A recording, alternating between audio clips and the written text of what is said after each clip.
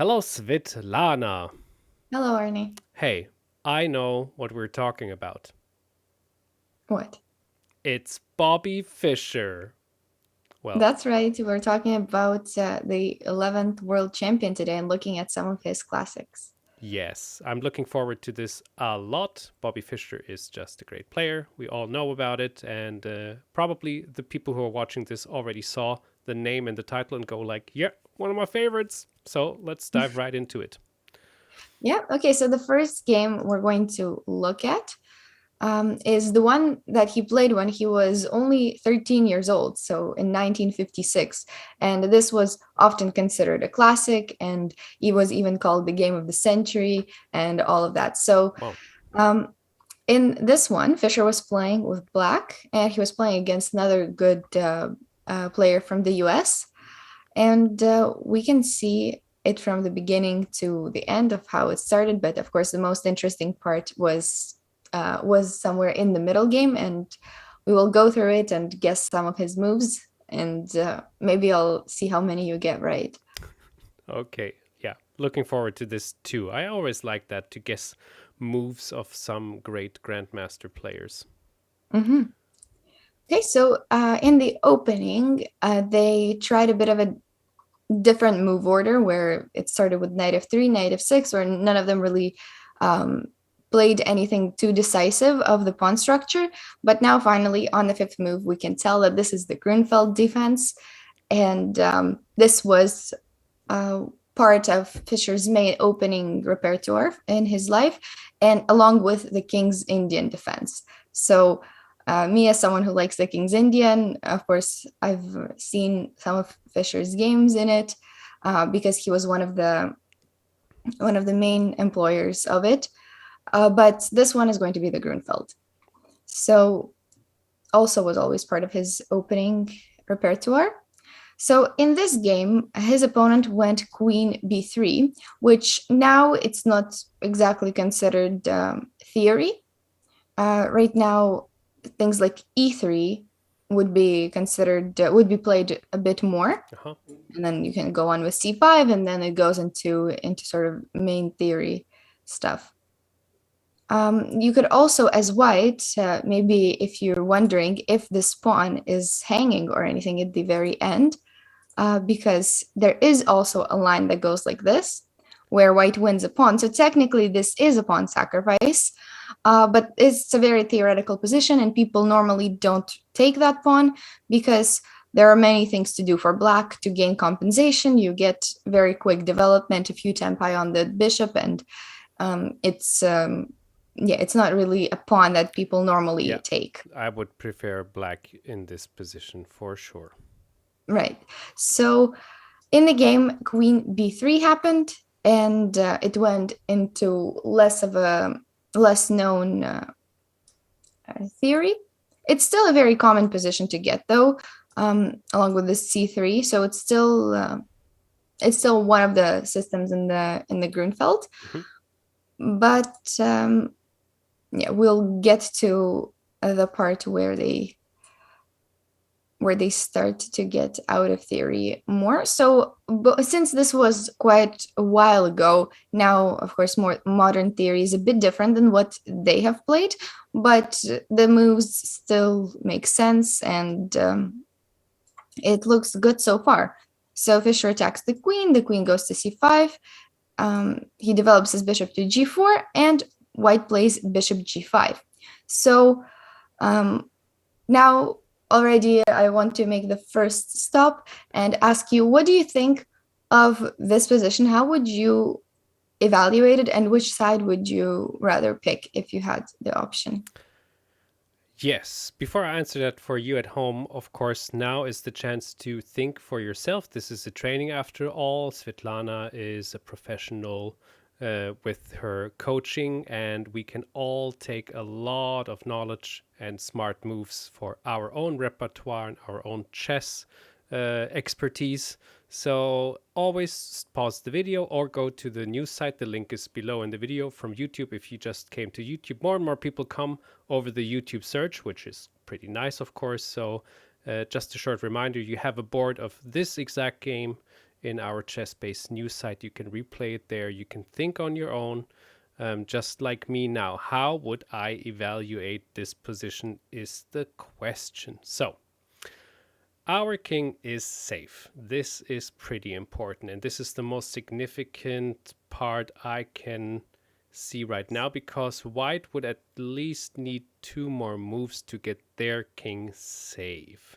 So I guess this is a small advantage, unless white just wants to leave the king there, but then the rook would be too weak on h1. It would take a while to get out of there. Also, black has developed all the minor pieces, another plus, but on the other hand, the center is a bit under white's control. There is even the queen there, so that's a little disadvantage. Then the rook has a nice position on the d file, but of course there is a nice pin on f3. So overall, I would say black has a tiny advantage, but almost equal, but black has a little bit of an advantage probably. Okay, so you probably had a similar thought process as Fischer's opponent, who didn't really sense the danger of this position. And I would also agree, and I wouldn't think that it doesn't look too horrible right now for white. Sure. But in reality, this bishop g5 move is actually a losing move already. It is not that clear, of course, and it's a sort of advantage where like it's not like you're checkmating the opponent in 5 moves, but it's more if you find the next right sequence, then you will have a huge advantage, and then it will become more obvious. So actually, like you pointed out, one of the main factors here is the white king being a bit behind in development. So white should have, on the last move, concerned himself with evacuating his king to at least have that castle move soon. And later he would be able to castle. I'm not exactly sure what he was scared of, but black can quite easily equalize if he wants to in the center with moves like e5. So it would still be an interesting position to play, and but at least white would have that option to castle on the next move. So that was better. Bishop g5 already apparently a losing move. And it doesn't look like it, and it doesn't look like this position could get that bad. But sometimes if there are tactics involved, it can happen. So now that you know that there is some tactical opportunities here, try to look for that move as black that Fischer played. And this is it is a really nice move once you see it. All right. Okay. Well, I have no idea at the moment. So for you at home, if you are like a bit lower rated, or if you just started playing chess, go ahead, think about it. Think what would be a good tactic, a move which can give black an advantage, actually probably a bigger advantage. So let me see. So yeah, it is a funny move. I thought about this too, bishop to g5, because there is no direct pin, right? The queen, there's the pawn on e7. So always, I mean... Okay, I think his idea with bishop g5, I mean, I'm not sure, but it looks like maybe he wanted to prevent like knight d7, and then he wanted to take that pawn or something like that. Or maybe he wants to play like e5 next, or one of those things. Okay, back to our tactics. So I see something nice. So I have a couple of moves in my mind. Right. Let's speak them out, because of course the knight on going to e4 looks quite interesting, but is not working yet because there is another knight on c3. So what would happen if we get this knight away with the knight to a4 first? You found it. So knight a4 is the right move, and this became like a famous move because it looks very strange, but it includes some really nice tactical ideas. So you know how you always hear not to put your knight on the edge of the board, but here it is this only move that brings the advantage, and we'll see all the tactics that are behind it. So what was your calculation after if the opponent, let's say, takes that knight and accepts your sacrifice. So now I take on e4. Now you take on Yeah, e4. and this Sounds was good. unfortunately all of my calculations. So first of all, I'm like mega proud that I found this, but that's Mhm. how far I went. But it just looks, this is this feeling which you have, which you go like, "Pff, it Mhm. must work." Because yeah, the most beautiful part about this is that the queen cannot go on any square on the fifth file now. Right. Yeah. So here there are no squares. Let's say it goes on b4. Yeah, okay, so now I have to think a bit further. So, of course, my idea was to go to a5 with the queen and get. Yeah, so that's the right idea. Yeah, If, I don't know, the queen, let's say, goes here to protect the bishop, yeah. then you're right about queen a5. That sounds good. And after knight c3. Um. Well, yeah, I just take on f3 Exactly. and And yeah, yeah, exactly. Yes, yeah. okay. So you've regained your material, up a pawn, and Looking that is, good. of course, a winning position. So if queen b4, like we said, we can still regain the material, but in a different way. So going for something like this, where the opponent has two knights and you have a rook and a pawn, but it's not a fair trade or anything, because this king just decides the whole thing. It's in the center and the center is wide open, and we can, I don't know, we can take that pawn, we can play b5, we can play c5 later, we can play anything, open up the center and Yeah. just mate that king. And the last variation of the knight a4 is probably what would happen if the pawn gets taken. I didn't even see that. Yeah, but then I think I can just take back and then put the rook on e8. I guess this has to work as well. You could. I think there's a better option, which is to still go for that same queen a5 idea. And this time this knight is also in trouble. Okay. Like if it comes back, then we can even think about capturing it. And I mean, if anything else, then we'll just take that knight.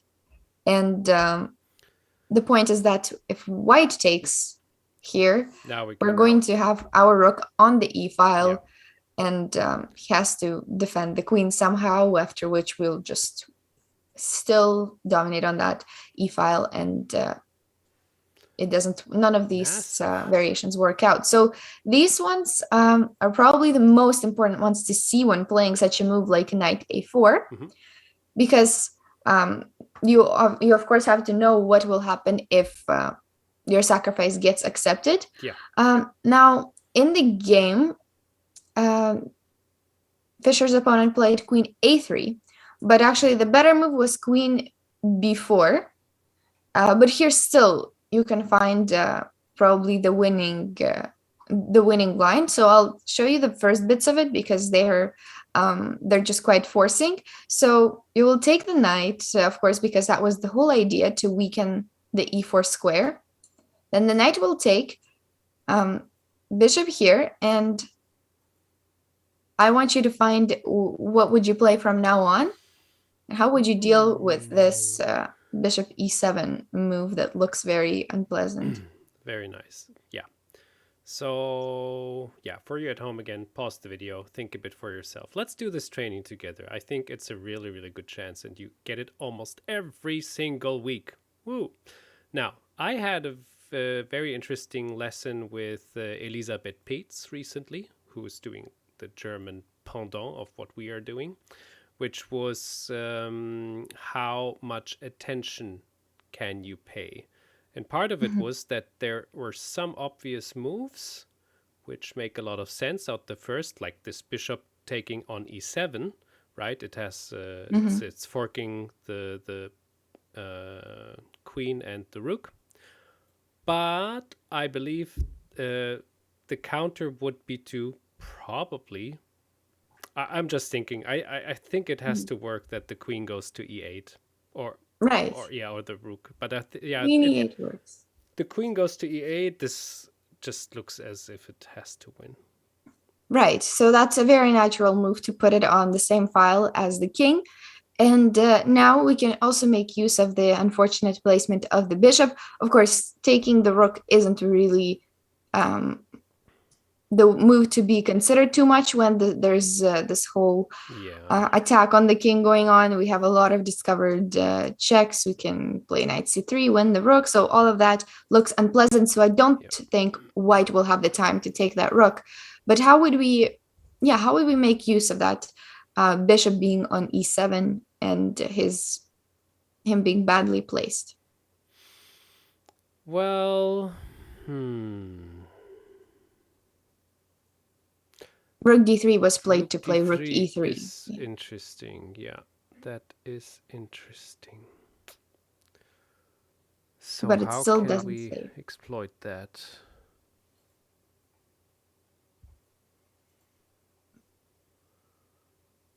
So it is kind of about that bishop, like I said. Yeah. Well, the first thing which comes to mind, but I don't see the right answer, is bishop f6. Okay. Bishop f6. But I don't. I don't have the feeling we will win too many pieces back like that. Right, because the idea of rook d3 is rook e3. I have another idea. How about c5? c5 is the right one. So that's a move I like, because we're interrupting the communication between the queen and the bishop. So that means that they can never take back with the pawn or something like that. And if they take back with the bishop, then of course we can do our discovered attack with the knight. So the move to think about is probably queen b7, which keeps defending the bishop. Okay, but that has its own drawbacks. We just attacking the knight. We don't just play rook b8 and checkmate them. Okay. Okay, that is a little bit more interesting than I originally thought. Well, how about does that work? Knight to d6? Knight to d6 works, and we're rerouting the knight to f5 to make that extra attack.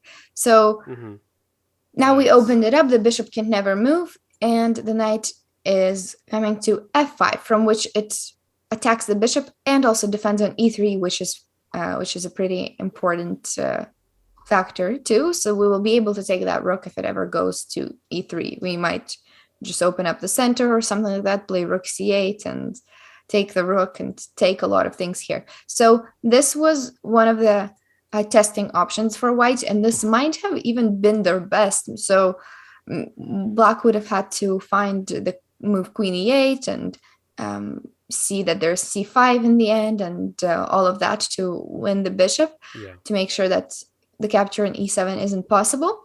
But in the game, queen a3 was played, which includes some similar ideas, but not fully. Because now, if you can notice, there's no c5 in, if you want to go for that same line, the same c5 move doesn't really work because it doesn't attack the queen, so it wouldn't be such a forcing move. So still, how would you continue here, and until which point do you want to use the line that we just saw? So, there's many options. So once again, aren't there? This Bobby Fischer. What a guy. What a character. That is a bit of a challenge. Out of a sudden,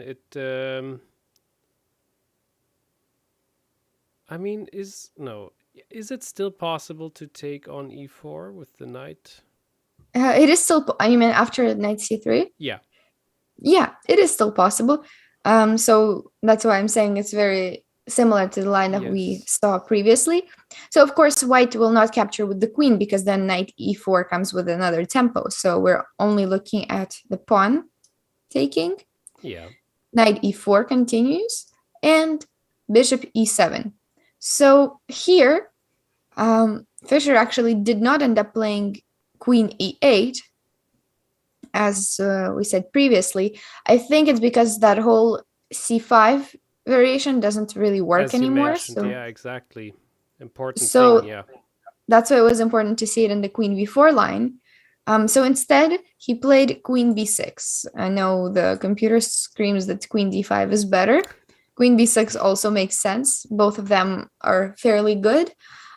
So here, I guess one of the things to note is what will happen if they do take that exchange sacrifice.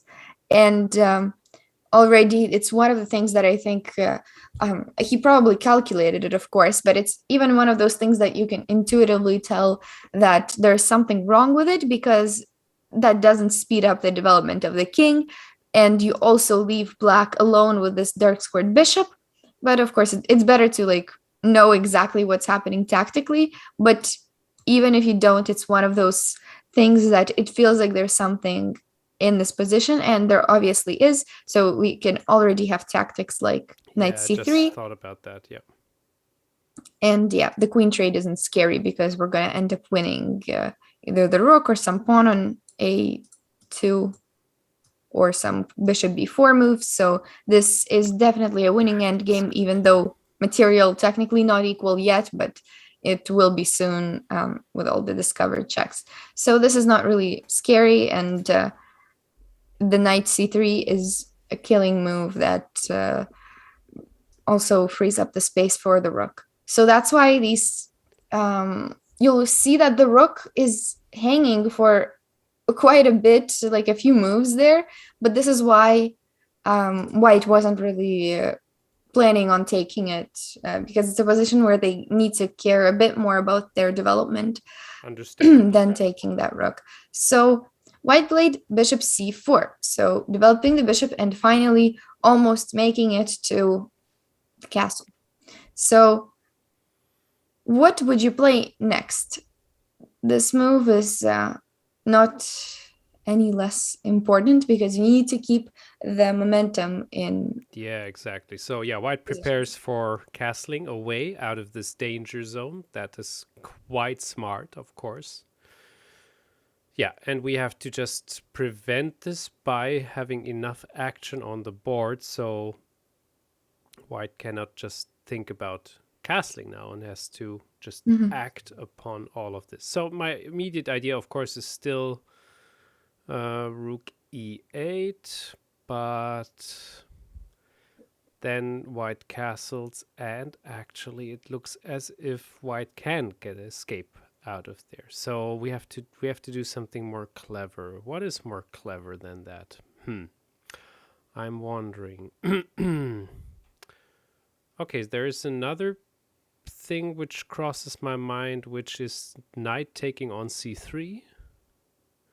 Because if the queen takes, then we can push the rook behind the bishop on e7 again.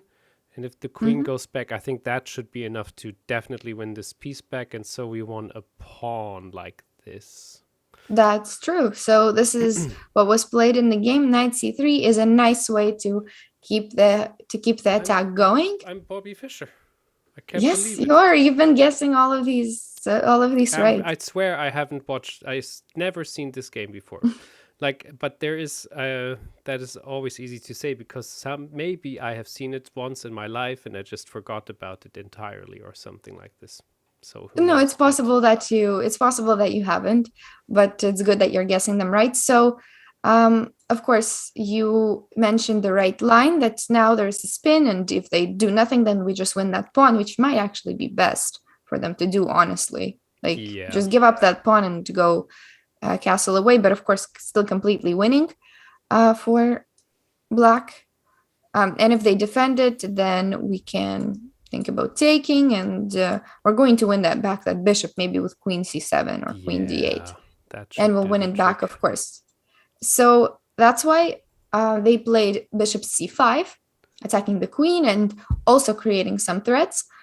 So next Fischer plays rook e8, check, king f1, and it seems although the king is gone, and even though he didn't manage to castle, he managed to get out of the immediate danger. But this is a very important moment, and this is the decisive moment in black's attack, and I think this is the move that Fischer's opponent has missed. In his analysis, because it is a really unexpected one that you completely didn't expect if your opponent plays something like that. Okay, now I'm really curious. So, okay, I am already seeing something very crazy Okay, what is it? immediately. But it's not really working. Oh, it is working. No, it's not. Or is it? So okay, I'll tell you. So this is, by the way, another thing. Today I'm full of advertisement and marketing. Sorry, but with trends tactics, I have to say I learned so much. My goodness, how to approach tactics, to reverse the order, think about certain moves and stuff like this. So I have in mind. I don't know in which order yet, but I have in mind putting the queen to b1. Okay. Oh. That is not the move. Sure. I mean, Definitely not. the rook is there, so I'm not sure how you will put it to b1 in the Okay. near future. Yeah. But I'm glad that you're Uh, looking for tactical ideas and it even looked some so sacrifices. good. That's a good sign. So good. Then, okay, let's reverse it. So, what about putting the knight on b1 instead? Well, if you put knight b1, I feel like white can even think about taking your queen. Probably the best is just to play queen c1. Okay. And Ew, that's disgusting. Okay, no, forget it. yeah, Never and the mind. knight is sort Okay, of no, trapped. I have to. Yeah, I was just saying that it's so cool to have trends tactics, and then I made the worst move ever. Okay, let me try again. Anti-advertisement. Yes, don't watch it, please. Oh gosh. Good. So, but it looked so nice. It's such a pity that it doesn't work. Why? Now, what else do we have here? Just give me another couple of seconds because Sure. I was on such a good Streak. streak, and maybe I can find the right move. There's so many nice options. This one is the nicest.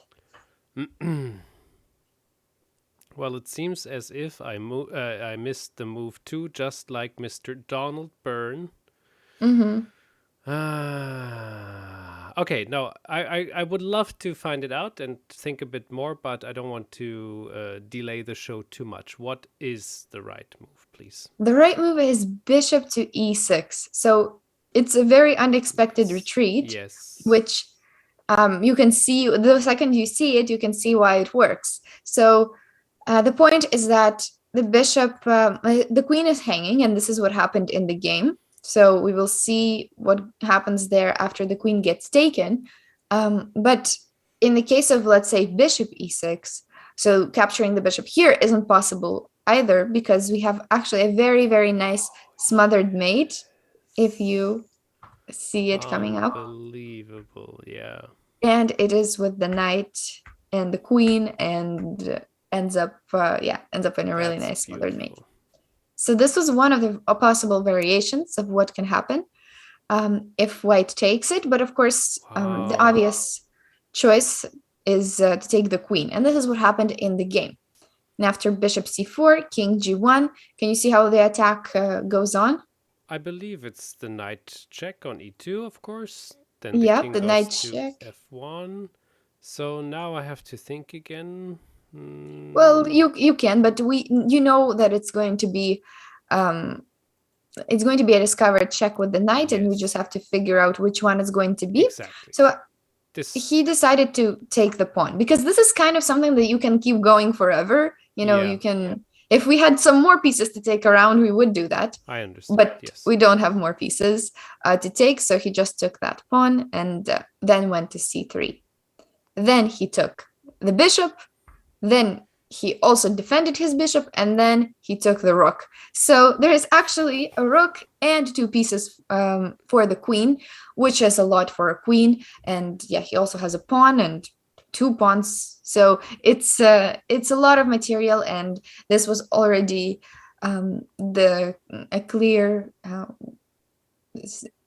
indication that it's pretty much over, that Fischer will of course win with this amount of material, and especially with a king like that, which is still not safe. So the game ended in some more moves, and it wasn't really a surprise because he just has too much material and the king is too weak, and these pieces end up cooperating really well and coming to the checkmate in the end. So yeah, this game was appearing in all of like the chess magazines around the world, and position, yeah.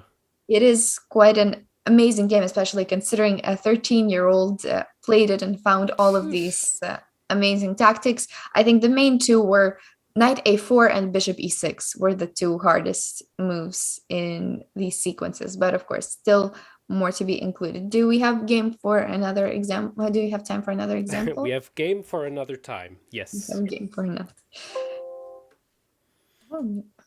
Okay, so let's go to another one. Maybe this one might not be as long. So as you can see, Fischer really liked winning just right from the start, right from the opening, and often ends in like 20 or 30 moves, which is amazing that even against strong players, he's able to win that quickly. So this one we're about to see is from the US Championships 1963, where Fischer famously won the field with 11 out of 11. And it wasn't weak players either. It's the US Championships, so it is a very big event. It had Evans, Benko, Reshevsky, so all of these also famous players. And this game that I'm about to show is against Benko, and it was included in Fischer's book, My 60 Memorable Games. Have you heard of that book? No. Okay. It's one of Fischer's books that he wrote about his own 60 memorable games, and this one was memorable to him too. Why 60? Why not 50 or 100? Funny. Because he only had 60 that he thought were memorable. Because he probably had a lot more. He came to the conclusion, 50, I like 10 more, and I don't have 100, 60, that's it. Yeah. Why not 64, like the squares on the board? Could have just or some other naughty number, but yeah. That would be very positional. Okay, enough jokes about that. So he was white in this game, and he was white this time. Okay. Yeah, so we're looking at it from his perspective, and it was the Sicilian from the start, and we get to the Sicilian Rouser or the Sicilian Classical. There's a few ways to call this opening, and he went for this line bishop c4. So now Benko plays queen b6, and this is sort of not the most common way to play these variations. Usually you would go for things like e6, like bishops go here or something, a6. So this is the normal way to play these positions. This is more mainstream theories to play it this way. But Benko plays this, and I think the reason why some people chose sort of not the most main lines against him is because Fischer was always sort of a bit more limited in his repertoire, because he didn't really work with seconds that much. Like, he mostly worked alone. That was one of his like defining characteristics, that unlike all of the, the whole Soviet school, which was really insistent on like collaborating, and they've always worked in huge teams, he mostly worked alone. And so sometimes people would try to exploit his repertoire with opening surprises, because he doesn't like have whole teams working for him and checking every sideline, right? So that's why sometimes people would do things like this against him to see if he could be caught in something that's not so funny. That's not so usual. I didn't know that. This queen b6 move was quite unusual for those times. That's why I'm saying it, and it was probably intended as a surprise. And what I also think is funny, because in the game before, the queen was going to g6, and now it's going to b6. So Fischer is always Yeah. like, yeah, just put your queen there. You will see what you have about We'll from see what that. happens Yeah. to it. Yeah.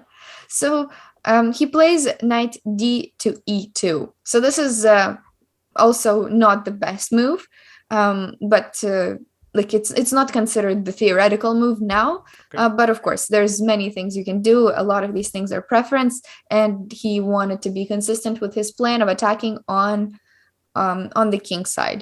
So this is why he picks something like this. More common is to bring the knight here in all of these Sicilian positions. But of course, these are still possible.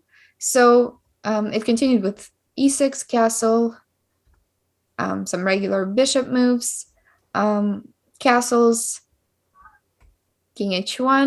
So we are slowly getting to the middle game part of it. King h1 is another common move.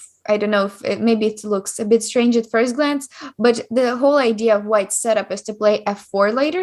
So this is why he's bringing the king to the corner to make sure he can play that. I like to play And that this is too when I want to push my pawns forward. and this is also the point of this queen b6 move Sure. by Benko earlier. And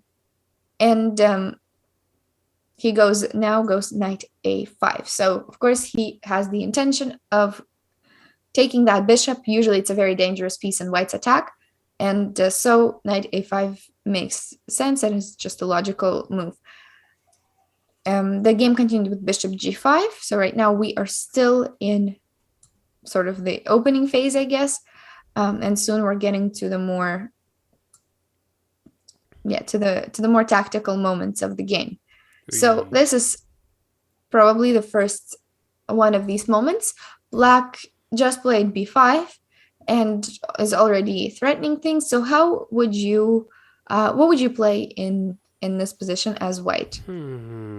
It's not tactical yet, but just to figure out, just to see if you can figure out what black's main threats are and what you want to do about them. Sure. So of course there's the threat of b4, and the knight has to retreat, which is good for black.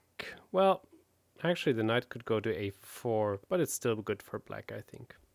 So that's one threat. The other is, of course, getting the bishop to b7, having the nice diagonal a bit stronger, where now the king is situated on h1. I think that's another plan of black.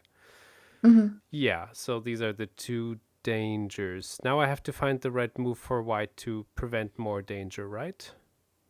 Yeah, well, so you've identified the main danger, and the danger of b4 is not even that the knight has to move, but the fact that you will have to drop the e4 pawn, which is like, or not immediately, but after bishop b7, like you said. So that pawn becomes a bit weak. So yeah, the question here is, do you want to defend against b4 with a3 or play something else? Okay. So if I just defend with a3, looks very natural, but I would love to do something else. But I first have to figure out what. I don't see a tactic yet, so But you know what I like is the move f5, I think. f5? Because it opens up e4, e6. Yeah, I wasn't really considering it when you said it. So of course, I think capturing would not be great. There's a big problem with that, because I can actually not capture on e6 because my bishop on g5 is just... So maybe they keep b4 as an option, or even bishop b7. Yeah. And yeah, I guess that is a problem that you cannot capture on e6 next move. But f5, of course, we want to make that that king side advance. That's the main plan for white in this position. But you had the right intuition that a3 was not the way to go. You would prefer to play something else. Yes. So it is natural for sure, but it is slightly passive because you kind of let black to do whatever he wants with his development, and he's completely done, and you still have the same problem to deal with. So that's why the other move that was played is knight g3. So first of all, you simply defend that pawn, but that's not the only thing. The other thing is that this knight will become very useful in jumping to h5 later too. And as we will see later, that is one of the main decisive ideas that even won the game. So knight g3 was the right move. b4, and this next move is very important, so try to find it now. Maybe it was a bit hinted already that we're not going for anything passive anymore. Now. And it's Fischer, so you might have already known that. Okay, so it cannot be knight to b1 or e2. Probably neither it is a4 then. So instead we should... What should we do here? What is there to do?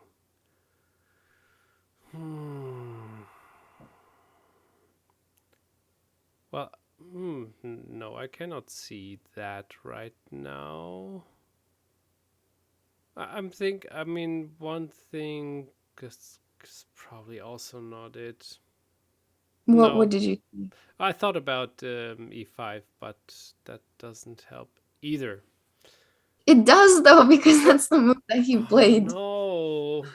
You see, most of the time, it's not even about like seeing the actual move. It's like you need to go further into analyzing it. Of course, it's important to know what to spend time on analyzing and what not to.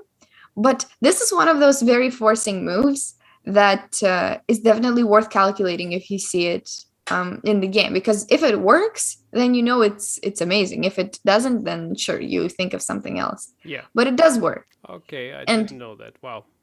The reason why, well, I guess we'll see. So now it's kind of late to capture on b3 for black, because we're just going to take this instead, and then take this, and we took a lot of things already, and will later on take d6 and take many things there. So knight b3 isn't working. B takes c3, one of the main... Yeah, that's... Now I'm curious how they can solve that. Yeah, we just take it. I mean, we don't really have options. Okay, good. And capturing with the bishop leads to the opening of the king. Capturing with the pawn also leads to the opening of the king. And bishop h6. And actually, we win that exchange, because either that or queen g4, queen g7 mate. Beautiful. So that is the line with taking the knight. And this is why e5 works.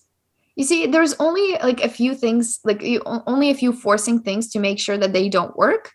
And that's what makes a move sound. So d takes c5 was played.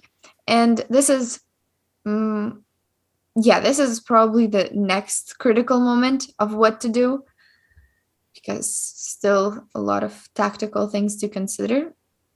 Are there, though? Okay. But not a lot, but a few. Just because there's a big difference between them. Okay, so our main goal was to open up the king a bit, and I think we can achieve that by just taking the knight now with the... That is right. Yeah. Bishop f6. So that's a move that can look strange, and you can wonder why you would exchange like a nice bishop for a knight, but it was a very good defensive piece for black, especially of that e4 square. So once we have removed it, then one of our knights can go there and open up the king and make threats. So this is a very important piece to eliminate. It wasn't good to capture the pawn, because they just take it back and we don't have threats that are as strong. And it was quite important to figure out for black what to take with. Bishop f6 was probably a recapture that he considered. This is not what he played, but this could have been considered. And then come back to e7, but still a nice attack will start after knight h5. So here there isn't really much tactics, but there is also a nice win after queen d4, which I think it will be super similar. Yeah, it will be super similar in the later line. So we will actually go to this line, then because it's pretty much the same. Pretty much the same line that goes, and it's the same tactic, which we would rather find in the actual game that happened.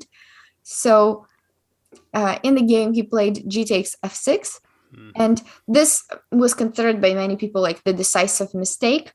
And even though it doesn't look like there were much options, but this just lets the attack start. And usually in those Sicilian positions, that's more than enough. It's not like a slow type of position where you make tiny mistakes and they accumulate over time. In the Sicilian, if you make a mistake, you're probably going to pay for it. So even one move sometimes is enough. Scary.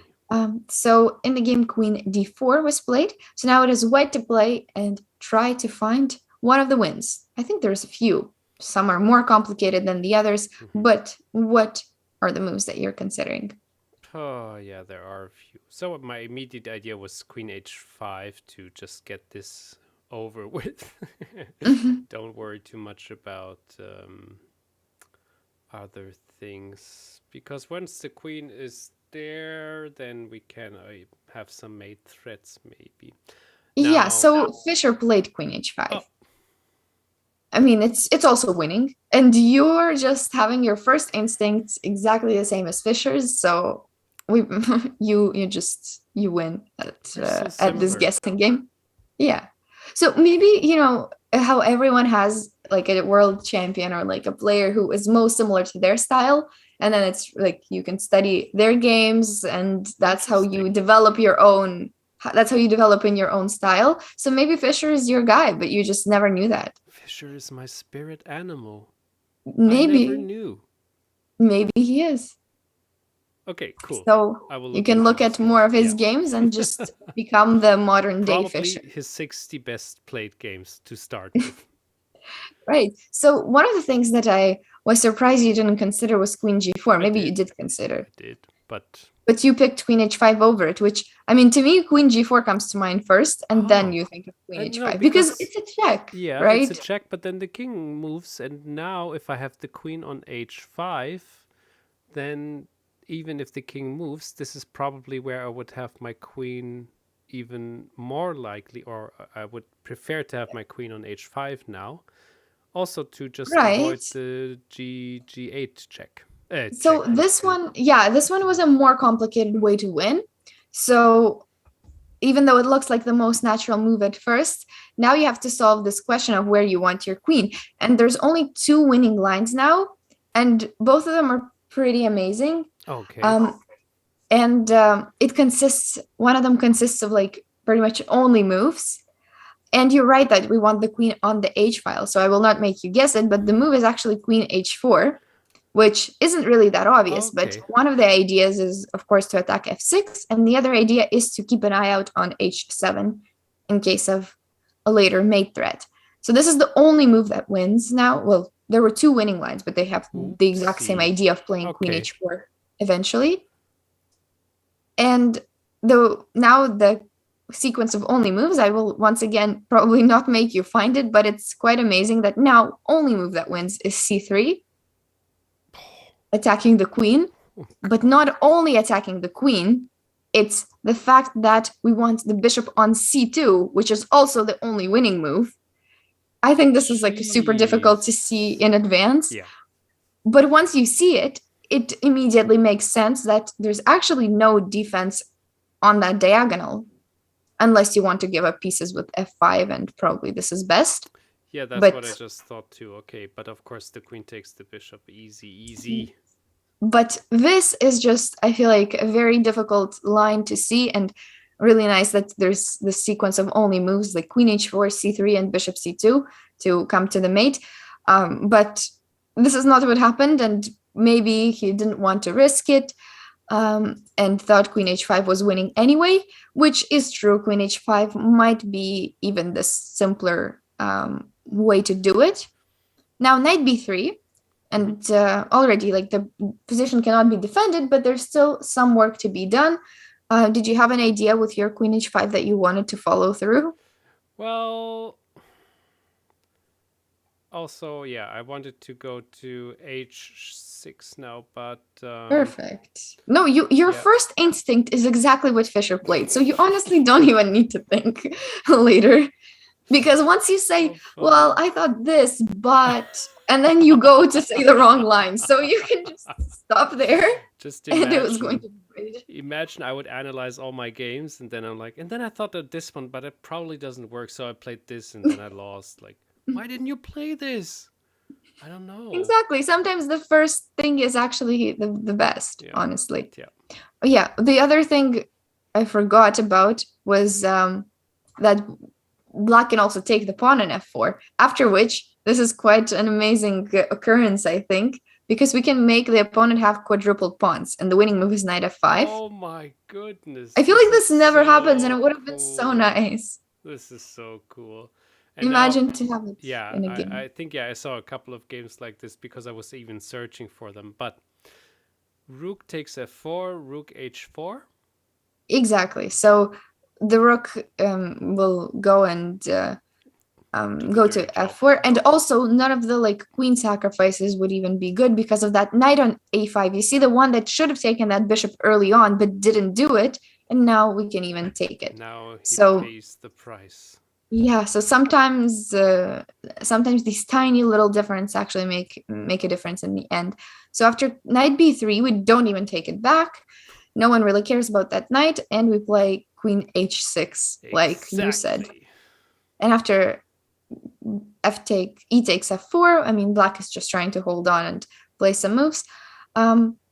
We make kind of the final move that just decides black's fate. Well, What do you think? it is knight to h5, right?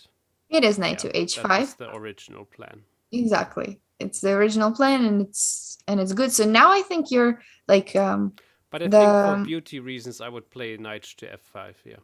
for beauty reasons you might play knight to f5, but I would be a bit concerned because now this whole idea with rook f4, what if I take, like, I feel like I first of all I have more pieces now Yeah, if I do you this, do. but what if there's another, wait, I can take this and then checkmate's on the back rank. That's not nice. Yeah, so unfortunately rook h4 is just one move too late. So for beauty reasons you should still play knight h5 and win rather than play I knight. can't. I think chess is an art. I would have played knight f5, would have Oh lost, would no. have said, sorry, I couldn't resist. It's in my nature. Oh no. But yeah, this is still really really nice idea, which yeah, just because there's this one difference where the opponent will take the rook, but the game continued. Of course, when you see this combo of the queen on h6 and the knight on h5, it's already looks over, and it pretty much is. And doesn't matter that Oh, black has what? how come you don't play knight f6 immediately? Oh, he just included it. He just included it because he wants the rook out of the attack. Oh, of course, yeah, because you cannot take the knight. Sorry, my Yeah, fault. just to get the rook out of the attack, Yeah, then you yeah. go for the check, because black is going to make that That's sacrifice, awesome. right, Yes. of the queen, but of course it's not enough anymore, and the game just ends because the pieces start dropping and he ends up being up a queen for a rook. So that was one of his other Sounds famous games good. in his style of attack, and you could also guess the moves alongside with him, and you were guessing a lot of them right. Yeah, I'm surprised. That was a lot of fun. Yeah, I hope you enjoyed it as well at home. That was one of our favorite players of all time for many, many. So, yeah, Bobby Fischer, thank you very much for introducing him a little bit and getting back some memories of some amazing games for the viewers. We see each other soon. Bye bye.